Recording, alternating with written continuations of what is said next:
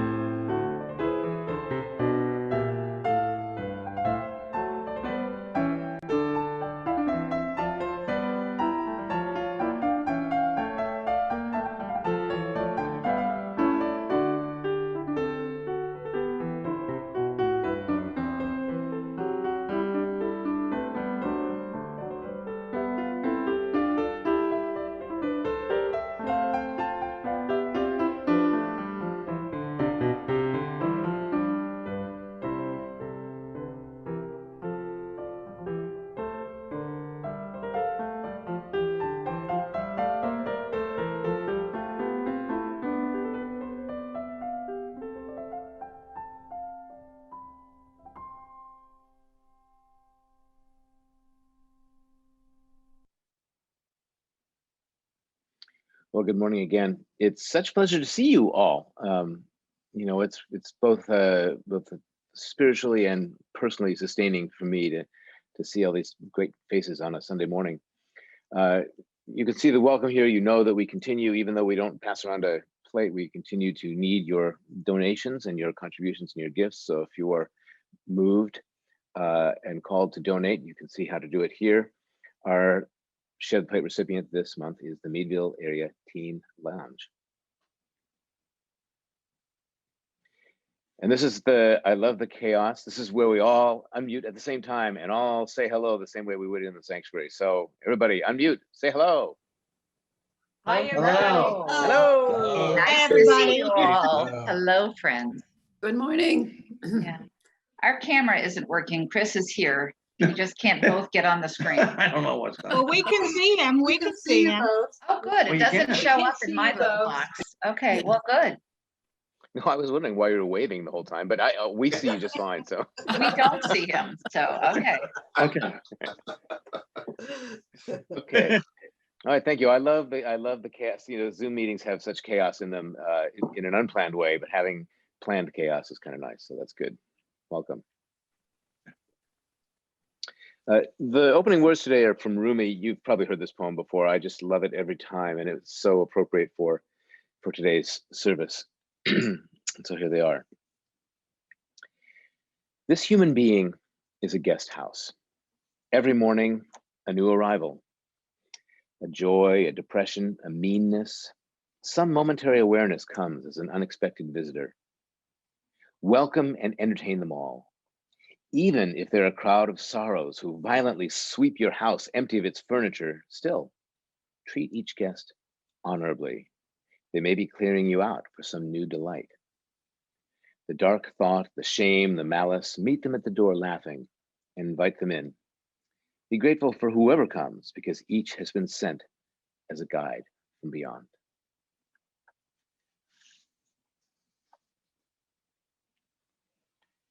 And please feel free to join in at home on mute with the chalice lighting. I have this is the chalice I used to travel with when I worked for the UUA out here in California. So I'm going to read the words and light the chalice. Please feel free to read along.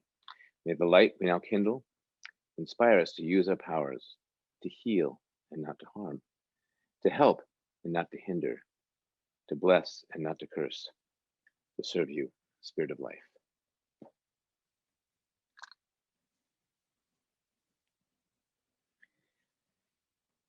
And as you know, at the beginning of our service, we always read our unison affirmation of covenant and mission, meaning we affirm the covenant mission together. So please join along with me on this.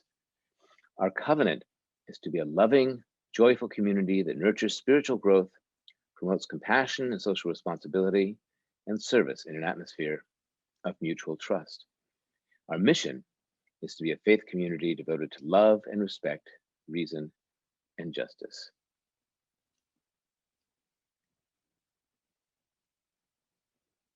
And thanks, as you can see, to the Sunny Hill UU Church of South Hills for our hymn today.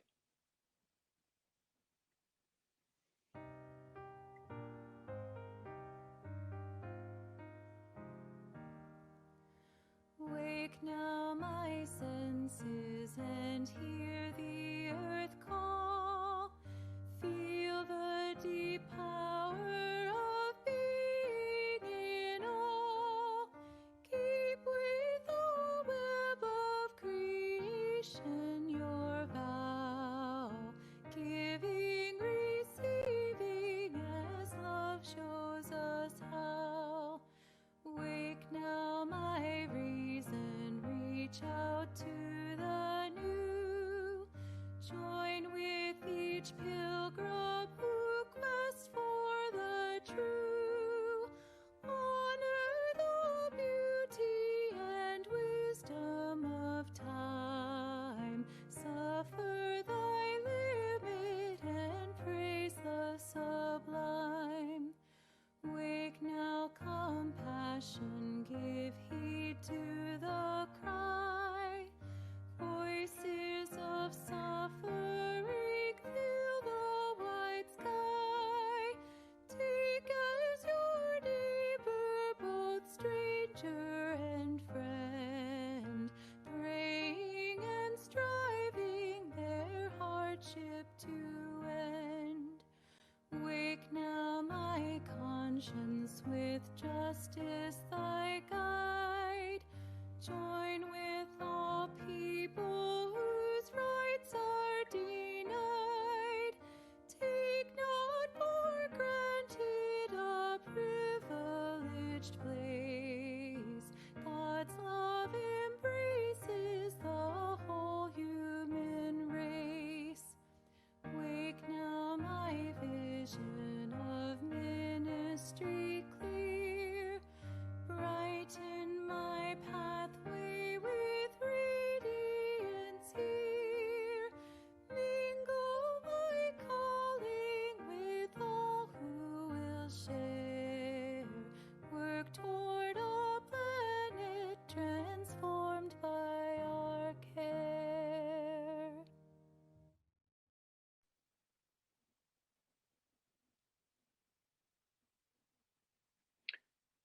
I have to say that I'm ordinarily not a fan of updated words to hymns. You know, the original words to that one are "Be Thou My Vision," which I love "Be Thou My Vision," but this one is actually not so bad, and it's beautiful, especially for a spring service. So let's just take a few moments here. The service today is about becoming inspired, and it kind of has to do with, as you'll hear in a few minutes, kind of letting something new in. I mean, inspiration, the word itself means to take in, to breathe in. And so let's take a few moments of breathing, not in any intentional way, simply breathing, but noticing the process of air coming in and leaving your body. So close your eyes if you would like, and just let's take a few moments of just a breath meditation.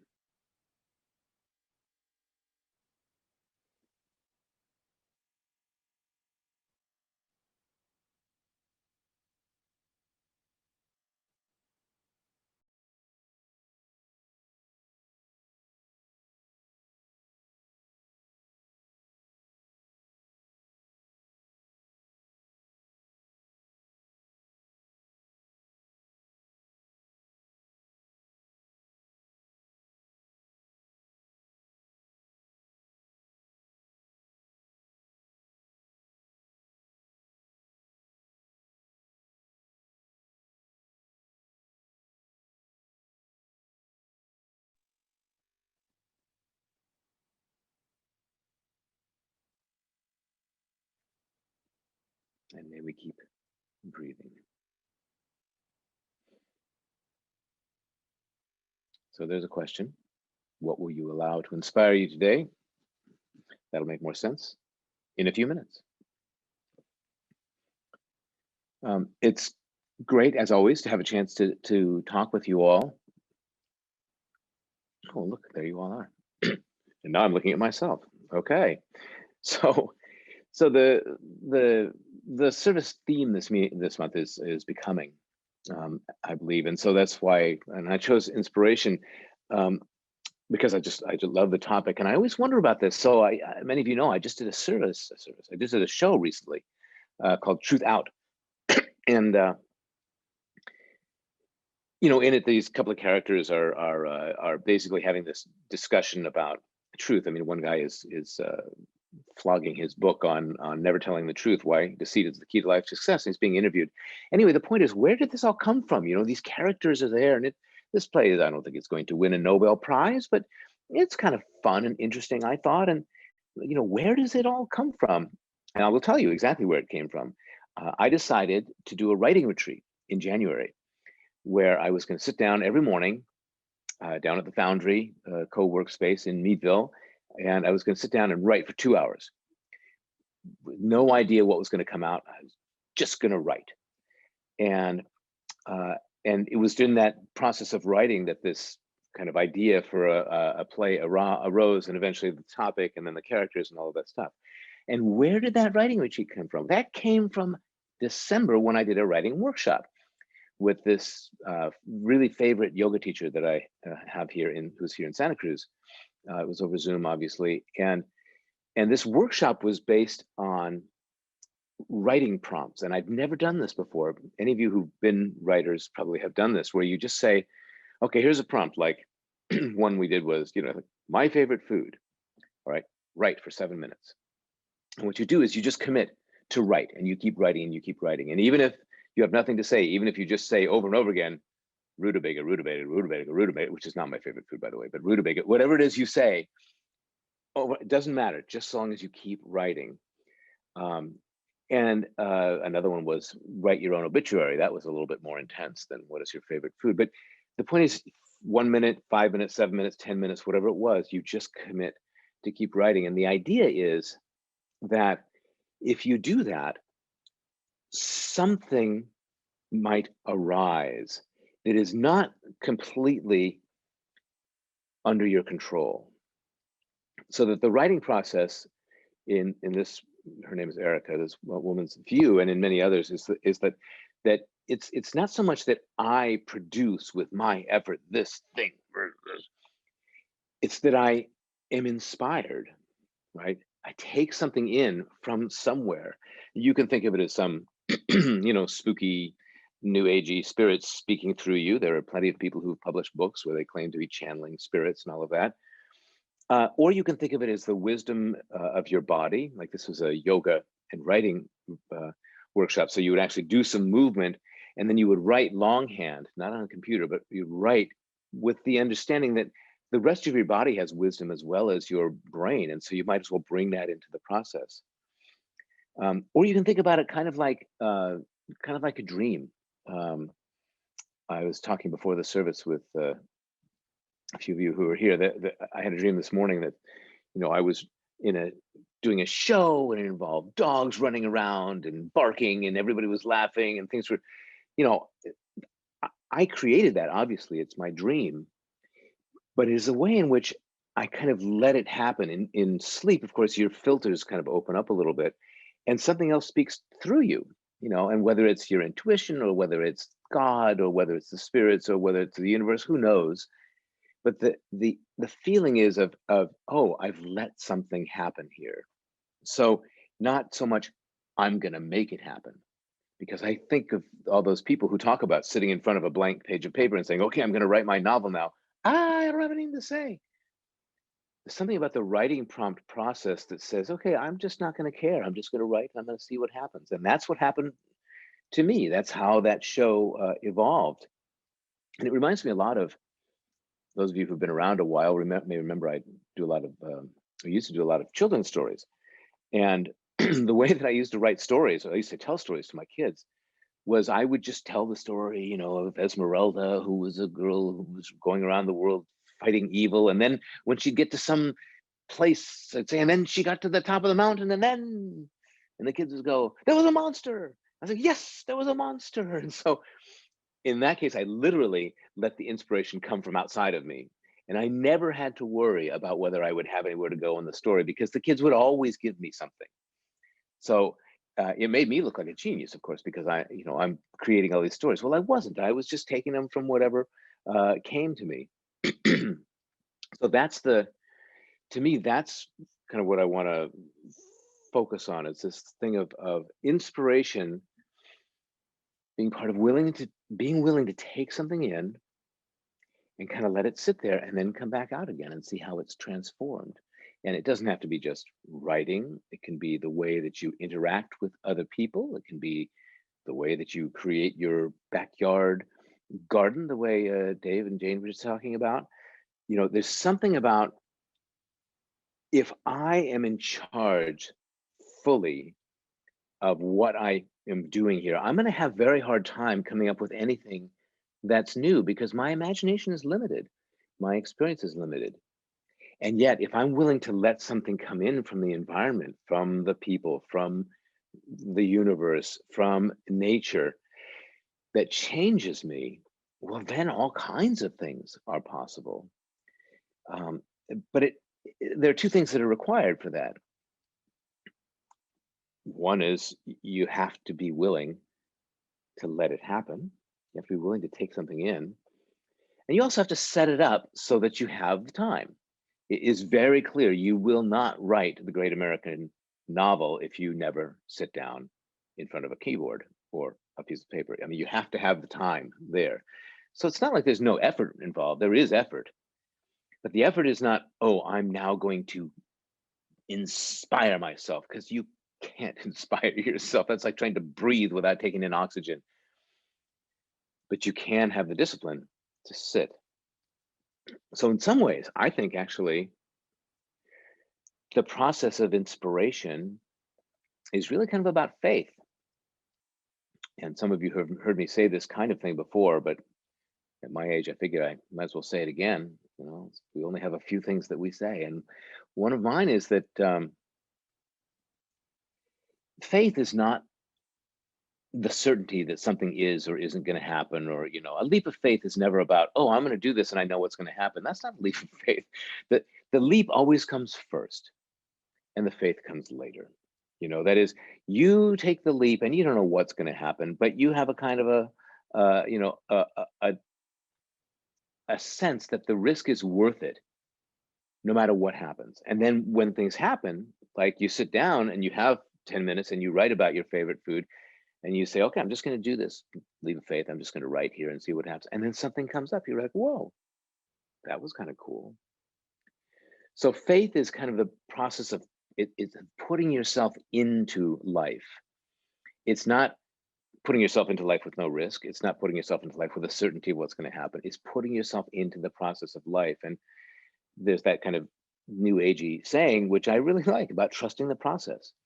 I mean, if the situation you're in is fundamentally healthy, the decisions that will come out of it, the inspiration that comes out of it, the things that happen, you know, they will take you places. It's not true if you're in a really unhealthy situation. Then actually sometimes you have to make real steps to get out of it. But if you are feeling like, okay, you know, we're all deciding where to go out to eat tonight, and we're not arguing each other and trying to sabotage each other, we're just going to kind of hang here until a decision happens, it'll happen.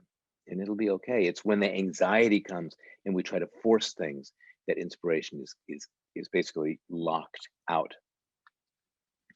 And again, it takes a persistence. When I wrote my last show, some of you have seen the weekend workshop. That was a bigger show. It had 7 characters. It was an hour and a half long. And the first version of that was 4.5 hours long. I wrote on that one for about 9 months every day, and let me tell you, it was so tedious. I couldn't even get through it. I mean, I went down to the community theater to read my first draft. Like 2 hours later, I'm like, this is so boring. I just can't. So I cut out 3 hours of it, and eventually got down to an hour and a half. So that process, again, there is effort involved, but it's that thing that the Buddhists keep talking about. It's like you go for something, but you don't cling to the outcome. You write, and it may get tossed later. You plant something in the garden, and it may come up, and it may not. That's just the way it goes. But you sort of do it for the process of doing it, and then, at least for me, I don't know about the rest of you gardeners, whenever anything does come up, I think it's a miracle. Like, I have every year, how did these little things become those big? I have no idea, but I try it, and then what do you know? It happens. So I guess what I want to leave with you today is we're in a transition period. The pandemic, as has done a number on all of us, no matter what our situations, and we all have different reactions. I mean, some of us have thrived. It's like, finally, nobody comes to my house. This is great. I can finally live my life without interruption. Other people are just feeling caged and feeling horrible. And so as we begin to sort of transition into whatever the next phase is, we're going to have all kinds of different reactions to that. And I think, some of us are going to want to get out and whoop it up, and some of us are going to want to batten down the hatches even more. And I think we need to all give ourselves some space for those reactions, and also even a space that's a little bit bigger. Like when I just say, oh, here's just the way I am, this is the way I react to things, I don't leave any room for inspiration there. When I sort of say to myself, oh, yeah, at this moment, here's what I would really do, and then I take another breath, then, I can kind of consider that impulse that I have in a slightly bigger context. And I can say, yeah, like, oh, my tendency here is I just don't want to go out and do anything. But maybe let's see what happens if I try this, or whatever your particular reaction is. So I think, clearly the world needs us now. We need to be, in some ways, even though we're burned out and we're fried and we're frustrated, this is actually the time when we need to bring our best selves. And the only way we can do that is if we give ourselves the nurturing and the holding that is possible. And that can't come strictly from us in our own little bubbles. We have to be able to breathe in.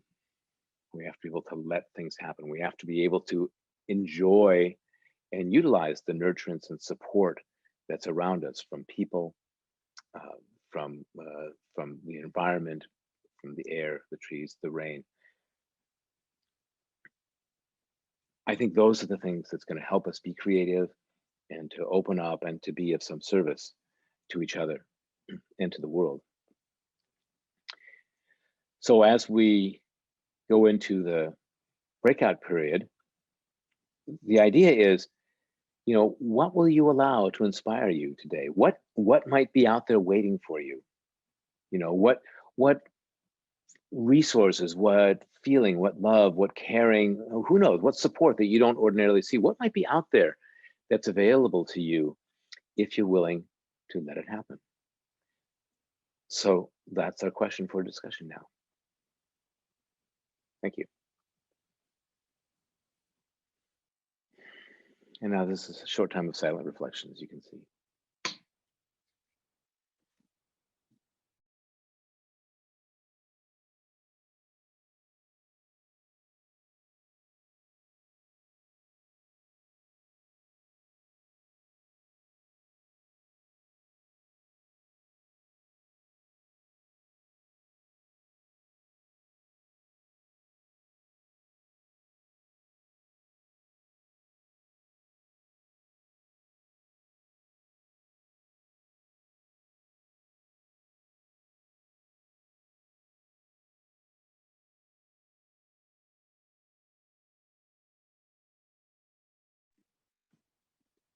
Amen.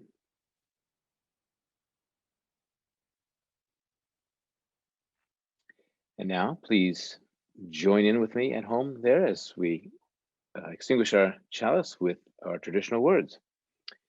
We extinguish this flame, but not the light of truth, the warmth of community, or the fire of commitment. These we carry in our hearts until we are together again.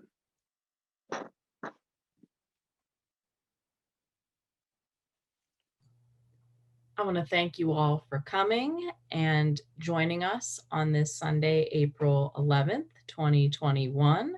Thank you all for coming.